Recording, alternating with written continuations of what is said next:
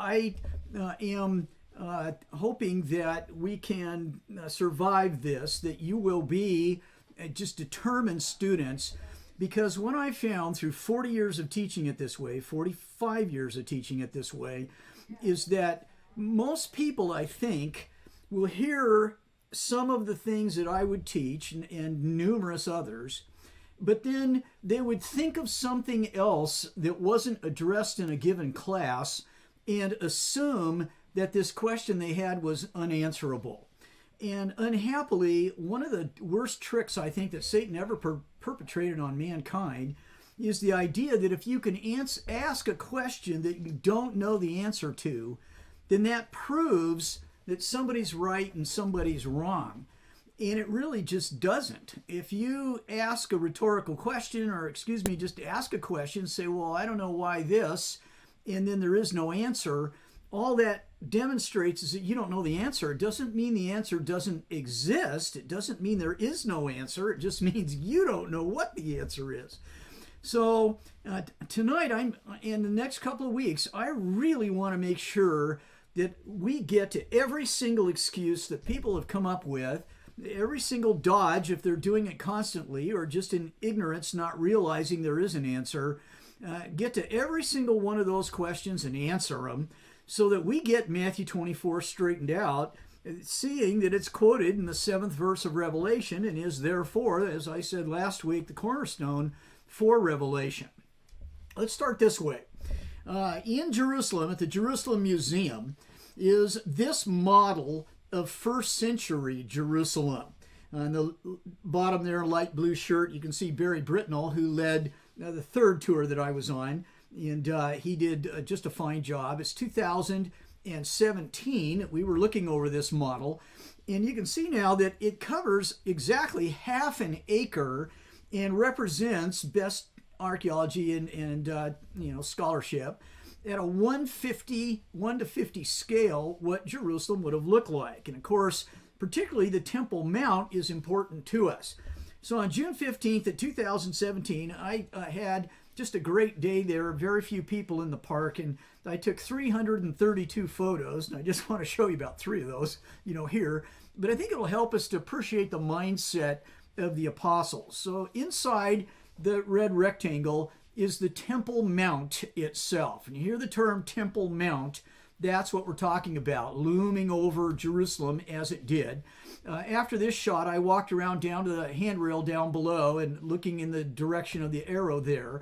I tried to get this shot, from level of the 36 acres of the Temple Mount. 36 acres that's been elevated thanks to Herod the Great, 46 years of building, but set up those retaining walls there over 100 feet high and leveled off Mount Zion so that 36 acres were now up at the level that was the top of the hill when Abraham attempted to sacrifice Isaac. The Royal Stoa is that long building on the left-hand side that has that red tile roof and all those columns and that clear story window area up on the top inside the red rectangle. That's the Royal Stoa. By itself, it covers 2 acres of the 36 on the Temple Mount. It is estimated, and there are various estimates, hard to tell, not one stone was left upon another on the Temple Mount. It's 2,000 years later that those stones have been apart. But it looks like it was likely 108 feet tall by 108 feet wide by 790 feet long. So last night I put myself down cross-legged Indian style, hope nobody takes offense, and had my wife measure my print, and it was 2.5 feet by 2.5 feet. So in order for me to squirm around or maybe get an oversized chair into that space, I said, okay, we'll go 3 by 3, which is 9 square feet. You could put 9,000 people inside that structure in the first century. By comparison, in the 1950s in Athens, they built this stoa, the Stoa of Attalus that you see there. It's 75 feet wide and 377 feet long. Well, it's one mighty big building as you compare it to these other multi-story structures around it. But Herod's was 1/3 wider, twice as long. Herod's Stoa was up elevated 100 feet, that he had built these retaining walls and filled it all in. It's just awesome how much it's more than twice as big as this most impressive building in Athens right now. So then here's a close-up of the royal Stoa itself and a quotation from Josephus. He says, "This cloister had pillars in 4 rows, and the thickness of each pillar was such that 3 men might, with their arms extended, fathom it round and join their hands again." So he said the pillars were so big around, it would take 3 men to encircle it. Well, here's the Attalus Stoa in Athens. It appears to me that one good-sized man actually could touch fingertips around it. 2 men could touch fingertips and dance a jig. Get the size of all of this. And then Josephus in Antiquities, not Wars this time, Antiquities of the Jews, book 15, chapter 11, paragraph 5, continues, "The number of the pillars was 162. The roofs were adorned with deep sculptures in wood, representing many sorts of figures. The middle was much higher than the rest, and the wall of the front was adorned with beams, resting upon pillars, and that front was all of polished stone." That was an amazing place that one artist depicts like this, roomy enough for 9,000 people to sit cross-legged on the floor. But brethren, when you stand back from this model and see the royal Stoa over there on the left encompassing 2 acres of the 36, that's just, the conference room at the library that you rent to have a meeting in. So for all of its glory, it was nothing compared to the amount of money and the beauty that was invested in the temple itself. Now, as this photograph looks down on just the temple complex, you'll note that you have 2 golden doors that are there in the lower part of the scripture, the photo in the foreground there. That goes into what is called the Court of the Women. And you'll notice that hemisphere, 180 degrees there, of 15 steps that goes up to what's called the Nicanor Gate. And then when you pass through that wall, you would then be an area where the altar actually was, where the sacrifices were made, where the animals were slaughtered. But you'd still have to go through the larger double doors there into the facade of the front part, which is just an entryway. And then you have the holy place, and then you have the Holy of Holies. So the women were allowed into this first area. Your alms would have been brought to this first area. It is here where people would often gather, and then they would toss their money in. It is here, moments ago in our story of Matthew 23, 24, etc., that Jesus had seen the woman put in her mite and told the story about the widow's mite. That's taking place inside this area. Here's another model that a man holds on private property, but many articles and photographic montages have been built out of that. And so imagine yourself down in this astonishingly wealthy and beautiful place. There are many, many people who have joined you here in another artist idea. There are more than one story there, as you can see. The women typically, we understand, were up above, around this thing up above and looking down. But this is the exact place, apparently. This is where Matthew 23 takes place. These terrible denunciations that Jesus visits upon these Pharisees is taking place on their home turf. Right here, likely right there in that area. Matthew 23 verses 37 and 38 says, Jerusalem, who kills the prophets and stones those who are sent to her. How often I wanted to gather your children together the way a hen gathers her chicks under her wings, and you were unwilling. Behold, your house is being left to you desolate. Now, brethren, try to put yourself there in the court of the women and all that's taking place here. And these disciples now, they hear this. This is going to be destroyed. This is going to be left desolate. So instantly after that, in chapter 24, verses 1 and 2, Jesus came out from the temple, was going away. So now he's out on the Temple Mount area, the larger courtyards, and headed down, through the gate apparently, and going to go across the Kidron. He's going away when his disciples come up to point out what? The temple buildings, it says. Not the planet, not the sky above, not the sun, not the moon, not the stars. The temple buildings. And he said to them, do you not see all these things? Truly I say to you, not one stone here will be left upon another, which will not be torn down. Now, so far I've been really sticking to Matthew because most everybody does. Matthew kind of provides the grist for the denominational world to just race off in all directions and come up with the most outlandish interpretations of both Matthew 24 and the book of Revelation. But I'd like for us tonight to look at the companion account in Mark for a little bit. In Mark chapter 13 and verse 1, it's the identical self-same precise event. And it says, as he was going out of the temple, one of his disciples said, Teacher, behold, what wonderful stones and what wonderful buildings. So what's in his mind? What's his focus? What's he's asking about? In 2 and 3, Jesus said to him, do you see these great buildings? Is more specific than Matthew 24. These great buildings. So now it's limited to these buildings right here. Not one stone will be left upon another, which will not be torn down. As he was sitting on the Mount of Olives, opposite the temple. So I pointed out 15, 20 minutes later, I've walked that route several times myself. It would look amazingly, astonishingly like this in the first century. Again, whoever drew this illustration had really done his homework. He's got the viewpoint correct, the Kidron Valley correct.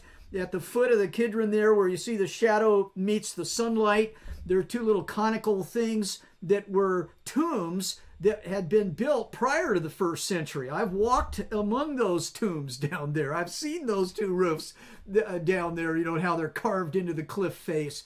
And so he did a magnificent job. This is what they were seeing, or something very much like it, having been told it would be left desolate, having been told this magnificent temple would not have one stone on another. Mark 3, verse 3, 13:3, tells us it was Peter, James, John, and Andrew specifically who were questioning him privately now, it says, apparently somehow separated from the others.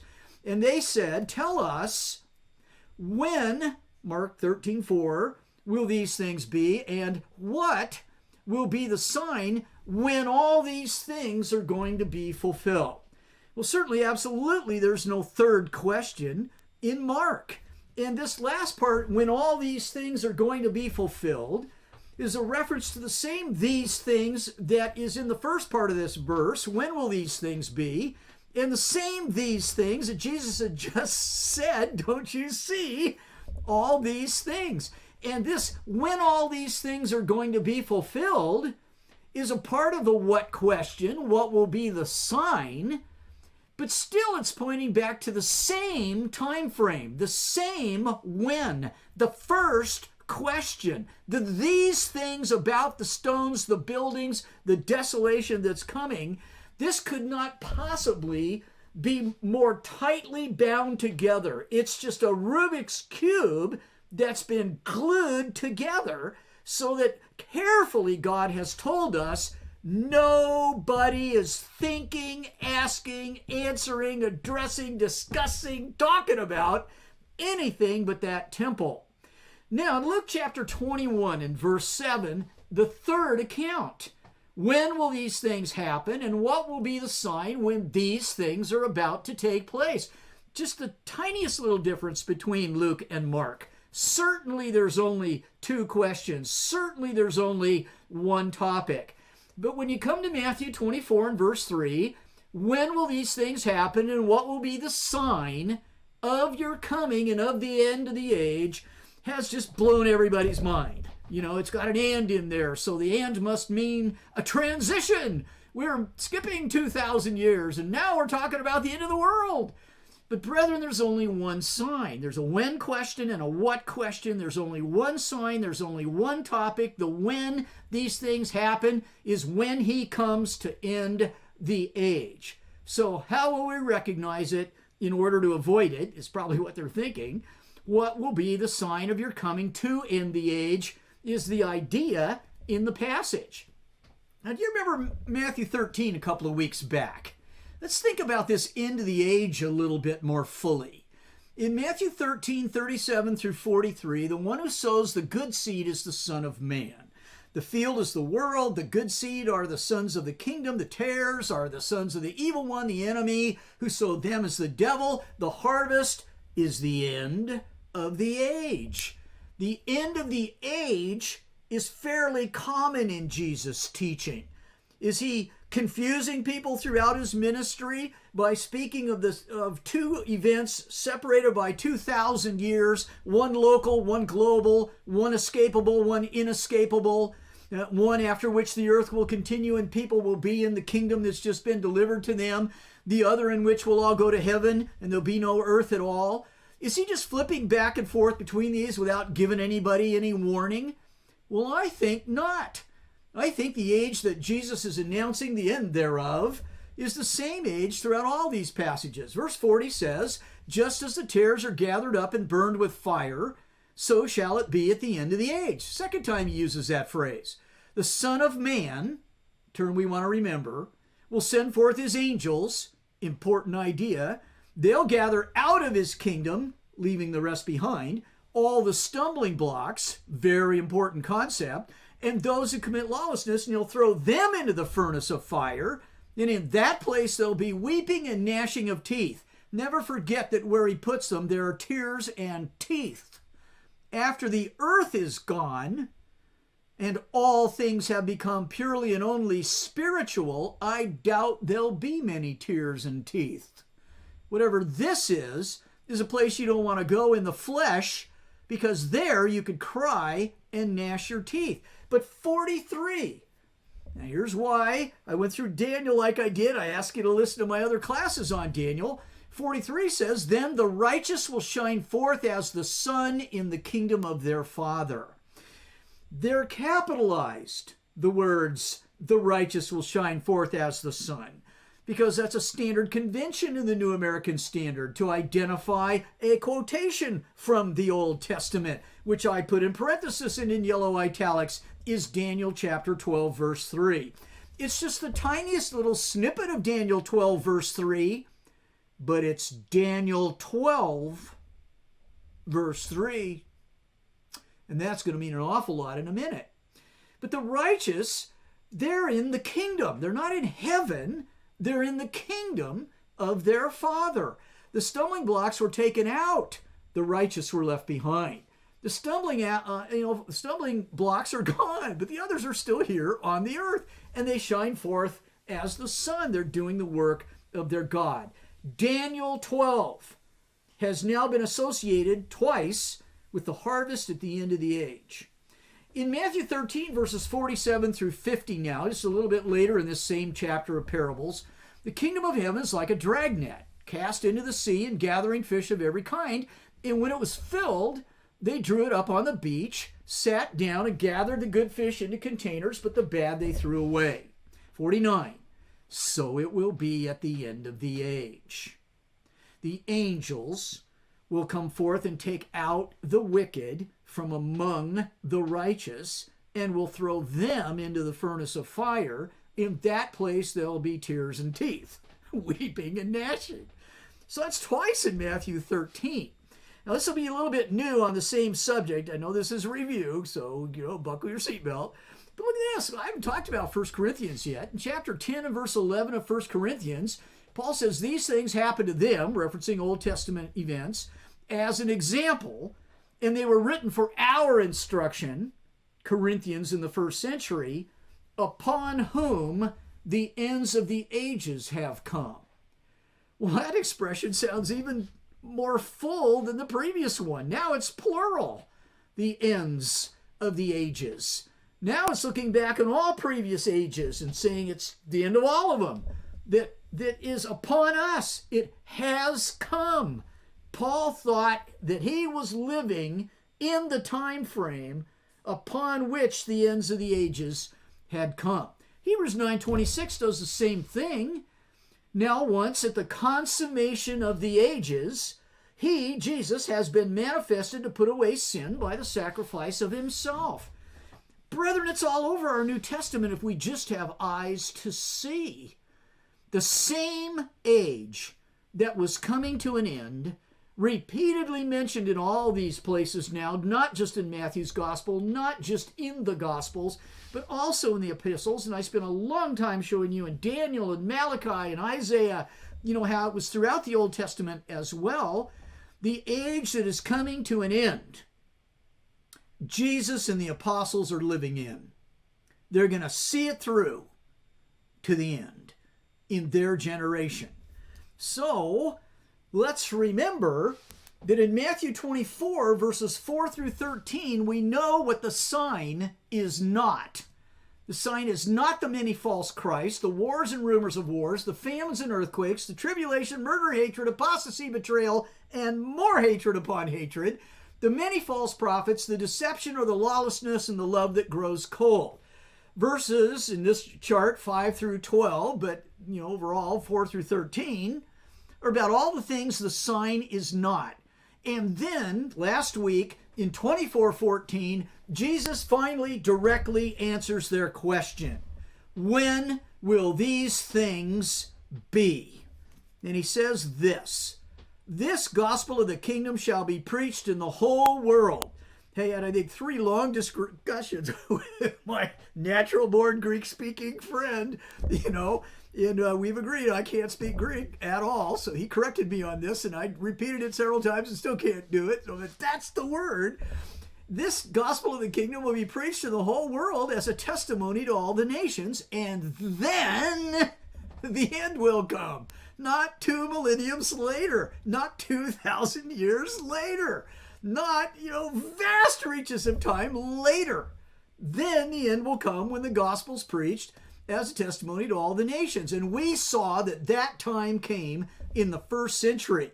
So the end came then too. Romans 1:8 says that the gospel had preached throughout the whole world. Romans 10:18 says it had gone out into all the earth, and used that same word in Matthew 24:14. Colossians 1 verses 5 and 6 says the gospel's gone out into all the world. Colossians 1:21 through 23 said that it was proclaimed in all creation under heaven. We looked at all that last week. Brethren, these statements about the end coming, repeatedly talked about in the Gospels, and they were living in that end age, the final age. That end would come when the gospel had been preached, and all those previous slides said it had been done by 57 in the Roman letters case, 62 in Colossian letters case. We're looking for something that's close. Let's not also forget that Matthew 24:14, which again had said, this gospel of the kingdom shall be preached in the whole world for a witness to all the nations, and then the end shall come. That verse had followed verse 13, which said, the one who endures to the end, he will be saved. This is all about being saved when the end comes. But I hope you listen to the Ed Wharton sermons as well, classes they were. This is salvation of skin and not salvation from sin. Because verse 14 says, this gospel of the kingdom shall be preached in the whole world as a testimony to all the nations, and then the end will come, an end that they're living in. And I'm sure of this especially because when you look at 24:14, you got to remember that also followed chapter 10, verses 22 and 23, which says exactly what 24:13 says. It is the one who has endured to the end who will be saved. Oh, yeah. But it was 14 chapters ago.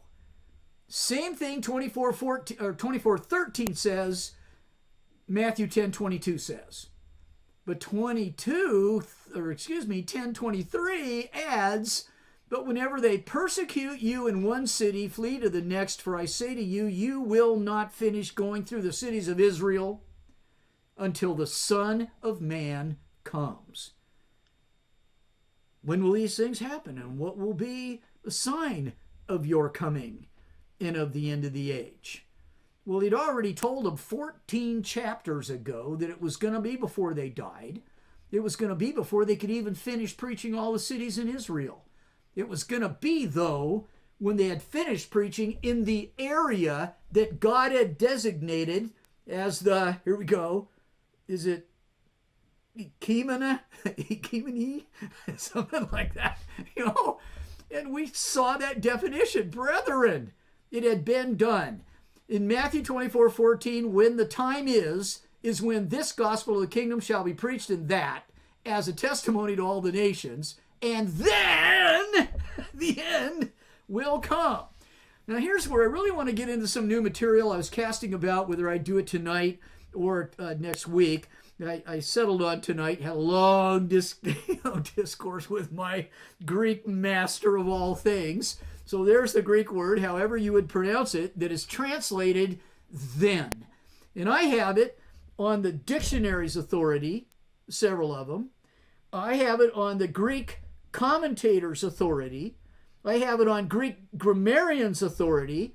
I have it on a living Greek's authority, a man who in his childhood studied the ancient Greek, not the modern Greek, the ancient Greek, deeply as he described it to me while he was in Greece. And so they knew their stuff. And I want you to count these. I want you to find these. I've circled every one in Matthew 24 in my Bible. The first use of that word, which means then, is in 24:9. Then they will deliver you to tribulation.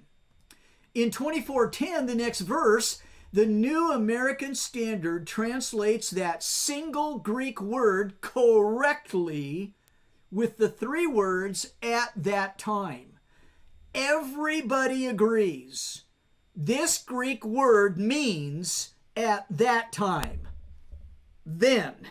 See? There. In time. This point in time. You will find as you go through Matthew 24 that verse 14 starts with that word, and it's at the same time as verse 10 and the same time as verse 9, and verses 16, 21, 23, twice in verse 30, which I still hope to get to tonight, and again in verse 40, which is after this generation will not pass away till all these things take place, in verse 34. That word then keeps driving that nail and driving that nail and driving that nail. I'm talking about the same when. I'm talking about Jesus is informing them the same end. I'm talking about saving you from being killed in this end, because it's then. Is that 9 of them? Is that 9 of them in Matthew 24? Because there are 9 of them in Matthew 24 that are designed to take Rubik's Cube already completely glued together, and now we're going to submerge it in concrete. Bigger than the 3-foot cube that I was sitting in under the roof of the Royal Stoa. Is that cube going to get out of line? Is that cube going to move? Is that cube somehow, so carefully knit together, going to skip over 2,000 yards and have pieces over here, pieces over there? Where's the explosion that would make that happen? Well, not in Matthew chapter 24. So, Matthew 24:3. How many questions are asked? 2 questions are asked, not 3. How many topics are involved? 1 is involved. And if there's more than 1 topic, where are the transitions? Because the Greek word then forbids it.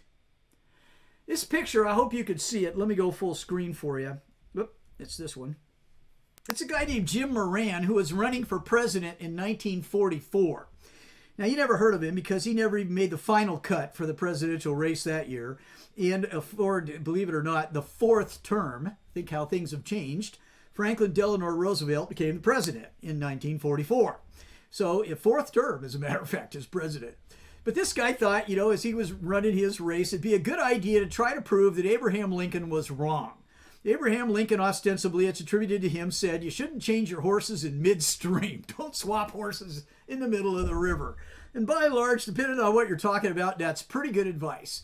But he decided, he was going to give it a try over there. So there he is with his two horses out in the middle of the river, dressed like Uncle Sam in his top hat, trying to, switch horses in the middle of the stream. And I've already asked you quite a few times, did Jesus try to do that on Olivet as they looked down on the temple that he just said not one stone will be left upon another? And the apostles asked two questions, and only two questions, about when he was coming to end that age. What would be the sign? Well, it's not this, and this. But somewhere in the thises, brethren, that are all linked together with the then at that time. Did Jesus change horses by 2,000 years? Did he do it in verse 4, which says, Jesus answered them? Well, did he answer something else that they never asked? No. He answered what they asked. Or he'd be a liar, a deceiver, a misleader, the poorest teacher that ever walked the earth. No, the text doesn't allow it. And Matthew 24 is still there on the horizon. Verse 34 will say, this generation will not pass away until all these things take place. Did he swap horses in verse 13? It says, the one who endures to the end shall be saved. No, the text, the context, and all of the supporting texts in both the Old and the New Testament will not allow.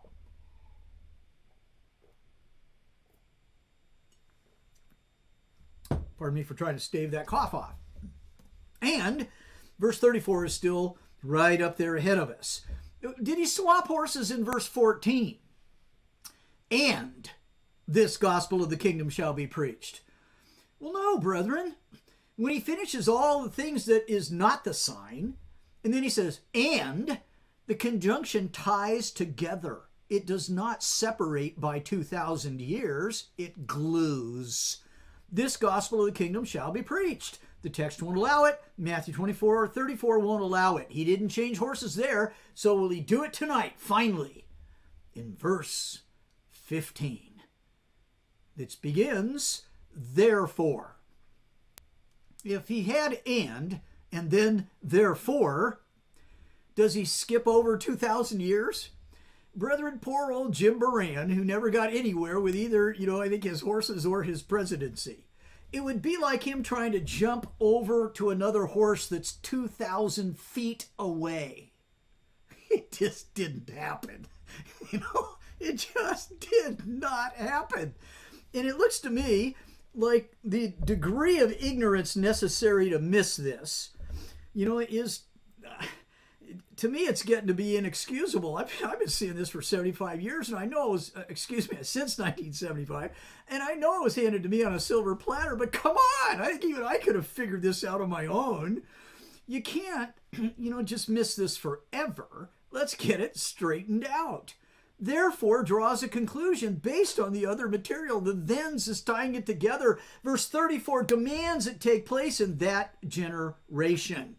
So there's no transition so far when, after directly answering the question when, gospel's preached and all this, Kemena, whatever it is, and having just said, hope you'll endure to the end so you can be saved, he's told them what the sign is not in verses 4 through 14. He's told, or 13, he's told them when it's going to be in verse 13, gospel preached, Roman Empire, as Josephus defined it. And now he's going to tell us what the sign is. The second question will be directly answered. Here it is, Matthew 24, 15, and 16. Therefore, when you see, who's the you? What does a pronoun represent? The people he's talking to will see this. When you see the abomination of desolation. Now, I wonder why the New American Standard capitalized those three words. Because they're a quotation from the Old Testament, isn't it? I wonder where that quotation comes from. Oh, well, which was spoken of through Daniel the prophet. Well, I've only got 12 chapters to look in then. When you see the abomination of desolation, which was spoken of through Daniel the prophet, standing in the holy place, let the reader understand. There's the only excuse I know for people not figuring this out in the course of the 30 or 40 years that they've been Christians. he's admitting there that you will have to dig a little deeper than normal. Put your harness on, strap that rope down properly woven through that carabiner, and head off over the edge of the cliff. But if you got a good rope and you got everything set the way it's supposed to, you got a nice anchor there in that Old Testament, you'll see every bit of that cavern safely to the bottom. Let the reader understand.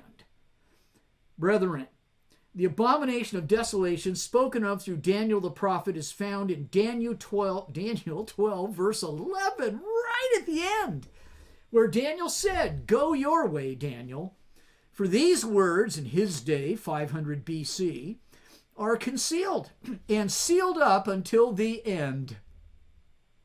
The end time. Not the end of time. Clearly not the end of time. I don't think anybody translates this the end of time, and if they do, it's incorrect. It's the end time, not the end of time. It's the time when we have an end, but it's not the end of time.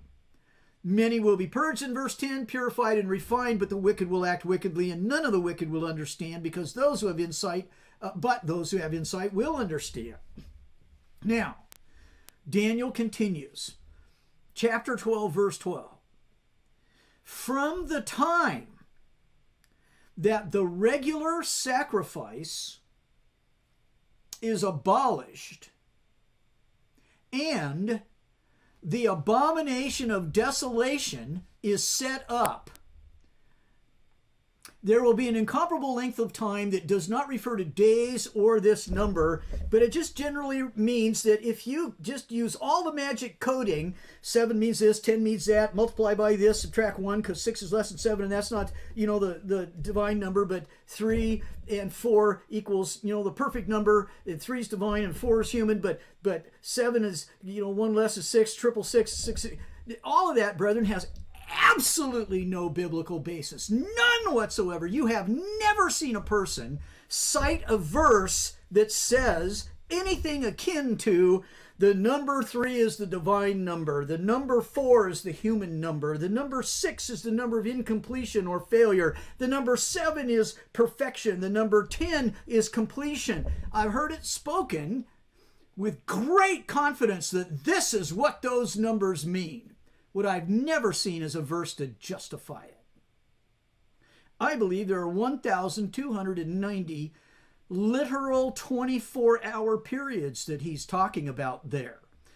And for a long time, I was utterly ignorant of the history that would match it. See and hear my Daniel classes.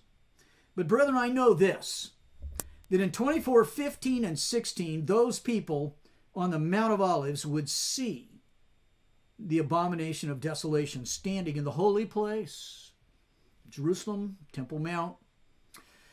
And Jesus said so.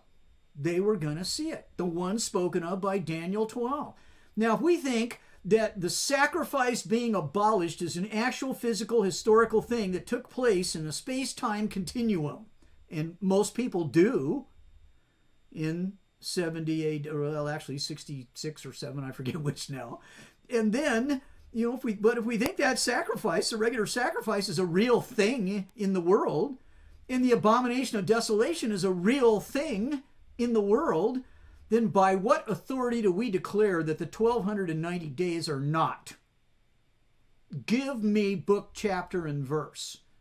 I don't believe you can. So I may not know what that represents. I may not know the date when the regular sacrifice was abolished. I may not know when the abomination of desolation was set up. But even if I didn't, I would still know that because I'm expecting the prophecy to be fulfilled. The prophecy is useless if it has no fulfillment. And it's also useless if it's just broadly, generically talking about how, good triumphs over evil. I'm getting sick of hearing that. It just seems like an excuse to me now. When you don't know what you're talking about, you say, well, good triumphs over evil, and it's all about that every time I don't know what I'm talking about.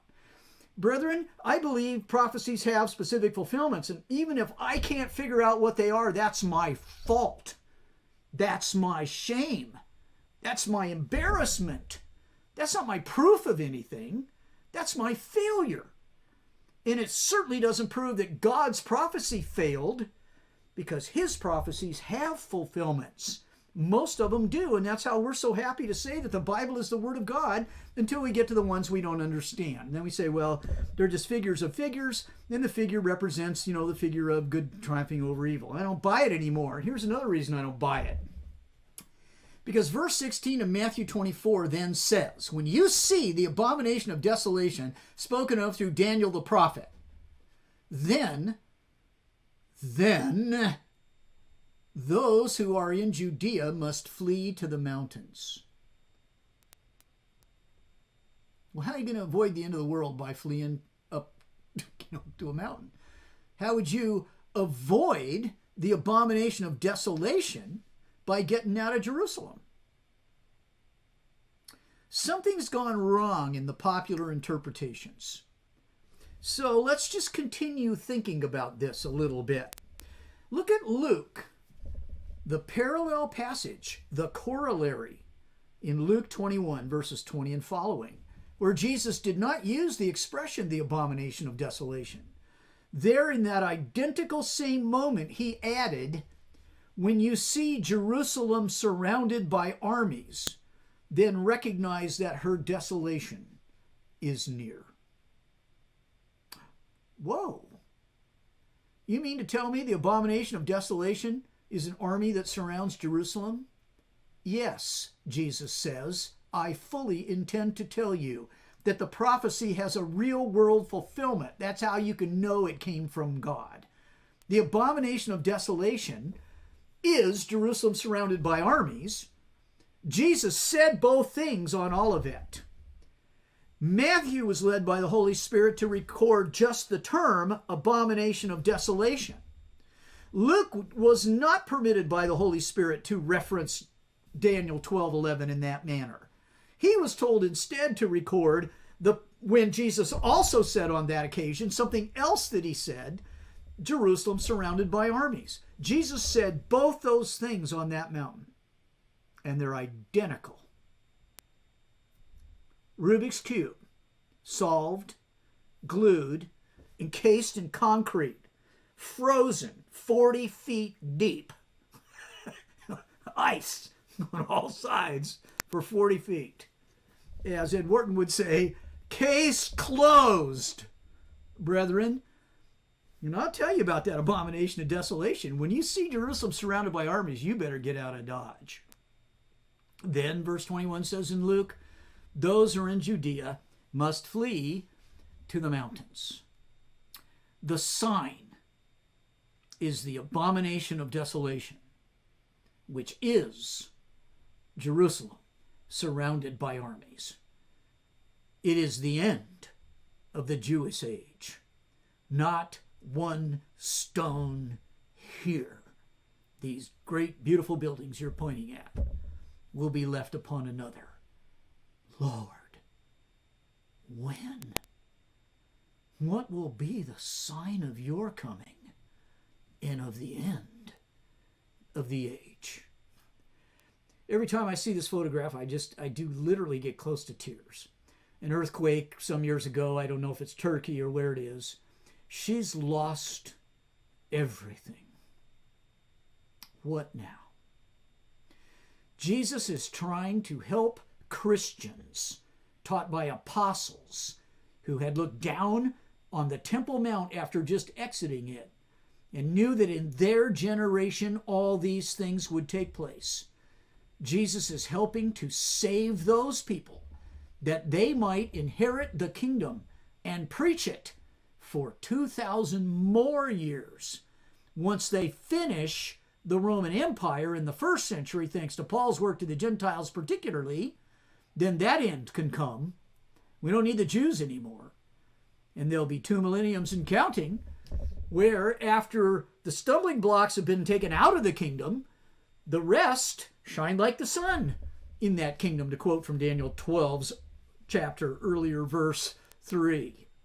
Brethren, it is incontrovertible that in Luke chapter 21 and verse 20, the sign is the coming of the Roman army, and they were invincible. They could not be stopped. Here and there they might lose a battle, and if so, woe betide the people that won, because they're coming back, and they are mad. This is a photograph taken in Jerusha, Jerish. Some Bibles, I think, translate it Jerasa, showing the standard for the 6th Legion there. These men, as accurately as they know how, they're in Jerash, Gerasa, however you pronounce it, in Jordan. Don and I were there in 2010 and saw this show in the existing 1st century amphitheater there, Hippodrome. They dress up in the Roman soldiers' uniforms there, and they put on an entire show in which they show you one after the other the various Roman, the phalanx, and advance this way and that way, and chariots. They had an actual chariot race we got to see. Here's the testudo, that is the tortoise, is how it's translated. Maybe it's testudo, I forget. But the word, in Latin meant tortoise, where they link these shields together and then can advance in this way. So one of those guys somehow stumbles, has his legs come out from under him, falls, then the next guy steps over him and brings his shield down. Brethren, you just can't stop him. In Matthew chapter 24, and in verses 16 through 18, let us now read. Let's start in verse 13, right after all the things the sign isn't.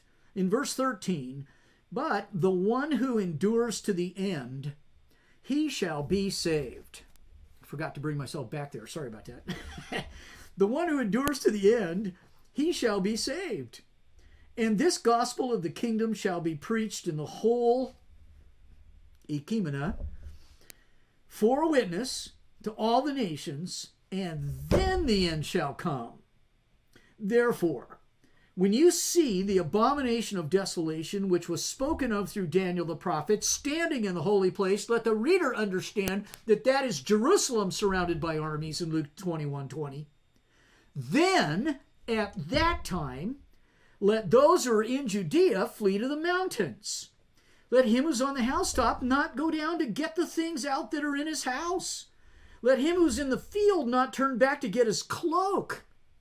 But woe to those who are with child and to those who nurse babes in those days. Can you imagine if you had to race out of town to save your life? And you got a baby in your belly, in your arms, in a papoose-like sling on your back? Or to those who are nursing in those days? If you're in Judea, run to the hills. Scatter. But pray that your flight not be in the winter. Now there's 6 inches of snow on the ground, and you're pregnant, and you have nothing because you fled in a panic when you saw the dust on the horizon, when you heard the tramping of the feet, when you knew that the legions were here. You knew. If you were a Christian, if you were a believer, if you'd been well taught, the abomination of desolation has come to the holy place. What are we to do? If you're in Judea, flee to the mountains. Pray it's not in the winter or on a Sabbath. For then, there'll be a great tribulation such as has not occurred since the beginning of the cosmos in this case, until now, nor ever shall. Brethren, they locked the gates on the Sabbath. You were allowed by Jesus to take a donkey out of a pit on the Sabbath to save his life. I'm pretty sure you wouldn't have to keep the Sabbath to your own destruction in the 1st century if he just told you, when you see Jerusalem surrounded by armies, then flee. This old Seventh-day Adventist argument is one of the most ridiculous things I think I've ever heard. And for all you Seventh-day Adventists right now, I'm appealing to you, I am begging you, think this through. You know that after just telling them to flee, that he would not then lock the gates against them so they couldn't. The only reason the Sabbath is mentioned is not because it was being kept by Christians. It's because since Nehemiah, the gates were locked and a pregnant woman would have a hard time getting over those walls. Yes, she would. Wintertime is not the Sabbath that you have to keep either. So the one argument's as good as the other. You're trying to convince me that this is the Sabbath because Christians kept it, then it's the winter because they kept that too. The one makes just as much sense as the other. Think this through, I'm begging you. Now understand, I'm not mad at you. I'm mad at a lie. I'm mad at a false doctrine. Don't be deceived. The woman who told you she was more than John the Baptist, who was more than a prophet, was wrong about everything in Matthew 24. I've read it at her own hand. Then there'll be, verse 21, great tribulation such as had not occurred since the beginning of the world until now, nor ever shall. And unless those days had been cut short, no soul would have been saved. Maybe I should translate that word life, like we talked about in Matthew chapter 16, when some of you standing here will not taste death. Brethren, it's the same word, same Greek word, psyche, I think it is, psyche. Did I get that, P in there? It's life. Surely it's life. Physical life. Save your skin life. No life would have been saved. But for the sake of the elect, those days shall be cut short. Then, at that time, if anyone says to you, behold, here's the Christ, or there he is, don't believe him. False Christs and false prophets will arise, will show great signs and wonders, so as to mislead, if possible, even the elect. Behold, I've told you in advance. If therefore they say to you, behold, he's in the wilderness, do not go forth. Behold, he's in the inner rooms, do not believe them. For just as the lightning, I gotta check my time here, what have I got? Okay. Just as the lightning comes from the east and flashes even to the west, so shall the coming of the Son of Man, which Jesus has been announcing so many times in Matthew and the other Gospels. This is how that's going to be. Wherever the corpse is, there the vultures will gather together. No, I don't think it's the eagles on the Roman standards. I really don't buy that, at all. I think Jerusalem's dead. I think the Pharisees are dead. I think now, in this case, their old religion is a corpse. Moses' law is no longer valid, is not necessary. In a few days, Jesus will rise from the dead. We don't need that anymore. That's over. And it'll be over for 40 years after Jesus rises from the dead, though every Jew is to keep it, so the temple's still there. Every Jew who hasn't heard the gospel yet still has to be there if he's a male over 30, 3 times a year. They should in good conscience, and Jesus leaves it there for 40 years for them to find out. Paul will be the last to spread it all over, Jew first, but also to the Greek, and eventually it's gonna, Oikoumene is gonna be priest everywhere. Verse 14 will be fulfilled. But in the meantime, the Jews must obey the law. So they're keeping that law. But when the Son of Man comes, the corpse of that law is finally going to be buried. They won't be able to keep it if they wanted to. You've had 40 years of probation and 40 years to get this figured out. That's why this 1975 looms so large for me. I've been preaching this for 45 years, and I just get frustrated. Why can't people figure this out? You're 5 years too late if you didn't figure it out in the first century. You're 5 years too late. You're a slave. You're dead. You've seen the worst tribulation the world's ever known because you didn't figure it out in the first 40 years. Now it's over. There's no temple. There's no Jews. There's no genealogies. You couldn't resurrect it if you wanted to. It will be like the lightning from east to west. Nobody's hiding that coming. And Josephus has written about it. It's gone down in history as one of the worst things that's ever happened in all of the world's history. That's the corpse. And the vultures may be Rome. I wouldn't fight it. But you'll note later, we won't finish it tonight, there are 3 separate times in Matthew 24 where the false prophets are brought up. And nothing is talked about as much as the false prophets in the first century. I think they're the vultures feeding on the corpse. I think they're the blind leading the blind. I think the vultures were the false prophets, is what I think they were. What's he just been talking about? If anybody says, behold the Christ, he's in the inner room, he's out in the wilderness, it's the false prophets. So I don't care which way you go. The vultures are in the first century. The corpse is Jerusalem, and not one stone's going to be left in that temple, now is it? But you can flee. You can get away from this. So do. Now, what do we got? Here we go. Matthew 24. I knew that I was going to do this twice, so let me get this part in today, and then we'll do it in more detail next week. I knew it's somewhere in here is where the time would run out. So here we are.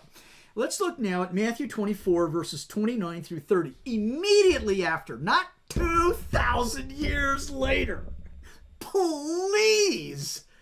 In 29, immediately after the tribulation of those days, then, at that time, the sun will be darkened, the moon will not give its light, the stars will fall from the sky, the powers of the heavens will be shaken, and then, we'll talk about this in great detail. I don't like this translation in verse 30. I'll leave it tonight. But for tonight, then the sign of the Son of Man will appear in the sky. I deny that's a good translation next week. But the sign of the Son of Man is going to appear. And then, immediately after, in all of these days that are the same time frame, then, at that time, all the tribes of the earth will mourn. We'll have to spend a lot of time in that word, earth. And they will see the Son of Man coming on the clouds of the sky with power and great glory. This is Revelation 1, verse 7. Just lifted from this page and put into Revelation 1. After he's twice told you these things will shortly come to pass, he then quotes that verse. 4 verses later in Matthew, truly I say to you, this generation will not pass away until all these things take place. If nobody ever figures out what verses 29 and 30 are talking about, one thing you know beyond all doubt, it happened in the first century and in that generation, before the last of those people died, before the apostles could finish all the cities in Israel, the Son of Man was coming to end the age. Now, if you want to save yourself, get out of Judea. This symbology, as you see on the screen, that must be fulfilled in that generation and is quoted as something that's soon to come to pass in Revelation 1:7, can be found in these passages. I'll just leave them with you here tonight. You look them up this week, please. Be real about your study here. I'm asking a lot. Rise up! You're Rocky, and I'm Burgess Meredith. Come on! The darkened sun. You find that in Isaiah 13 and in Joel 2:10. You tell me next week, though you can't, what is Isaiah 13 talking about? Is Isaiah 13 the end of the world, or does it stipulate something else? The darkened moon is in Ezekiel 32's first 8 verses, and it's in Joel 2:10 again.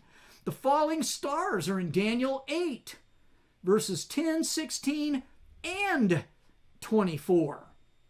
Now, by the way, just for fun here, do you remember this day? Do you remember that day? If you can't see my video, John F. Kennedy is in the left-hand side. His wife, Jacqueline, is at his side.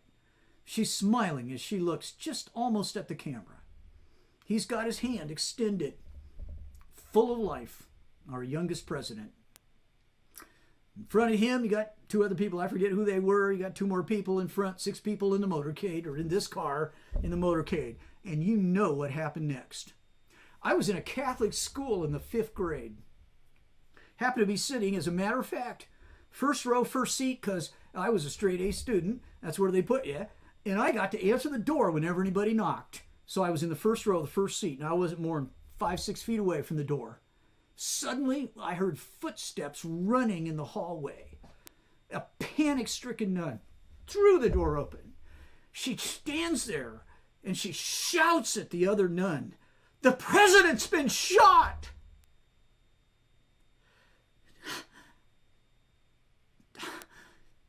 And the other nun, she came to her feet and she was frozen. And they were just staring at each other. And we all panicked. And then they said, go to recess. There was one little black and white TV in the entire complex of the school, Catholic school I was in. We went to recess and had no idea what was happening. Brethren, that was a dark day in American history.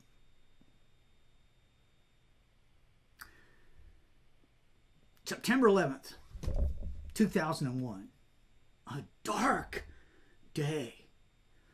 December 7th, World War II, Pearl Harbor. 41 was it? Dark, dark day.